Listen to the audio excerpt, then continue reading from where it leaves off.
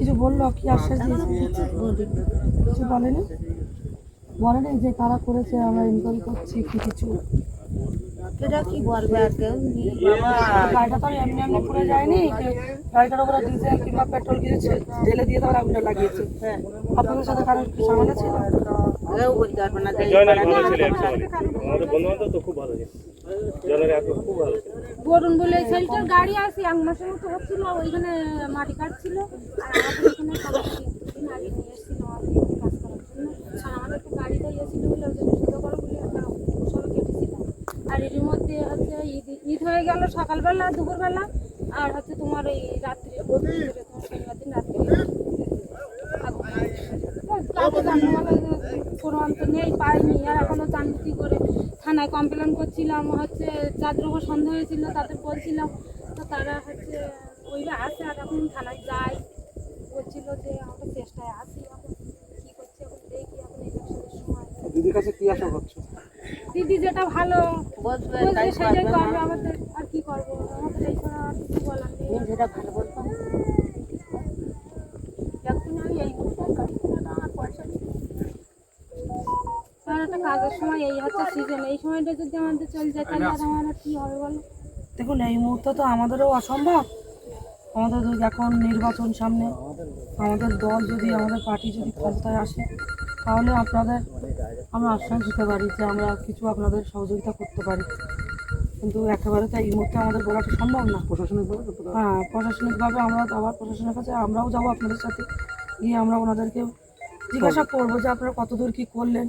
কেননা একটা মানুষের একটা পুরো মানে কি রুটি রোজগার পুরো বন্ধ করে দেওয়া, শেষ করে দেওয়া, তার পুরো হাত পা ভেঙে দেওয়া।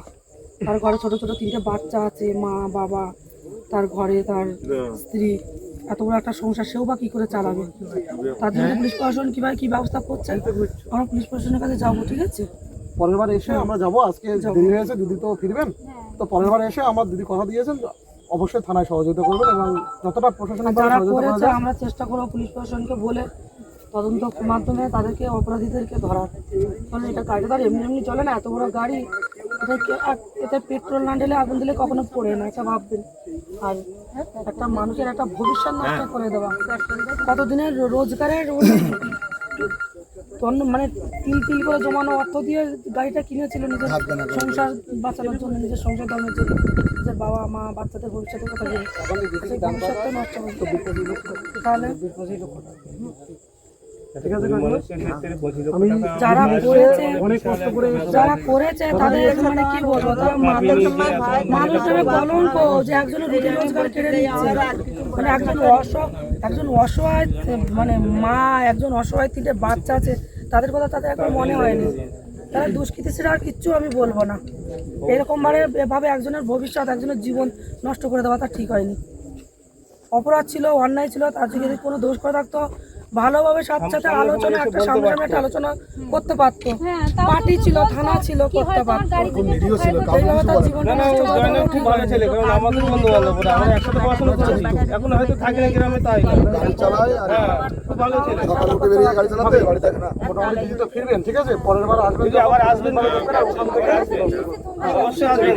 আমি আবার 2-1 দিনের মধ্যে ঢুকে আমি দিদি আপনাকে থানাকে বলে রাখবেন, নিয়ে আমরা এখানে থানায় যাবো, কোস্টাল থানা না, কথা বলে যাবো, গিয়ে আমরা থানা যে আছে অফিসার ওনার সাথে কথা বলবো যে আপনারা কতদিন কী করলেন, তাদের তো সংসার অচল হয়ে পড়েছে, এবং আপনারা যদি না কিছু করেন অন্তত আইনিভাবে আপনারা কিছু সাহায্য করুন, যেটা আপনাদের কর্তব্য।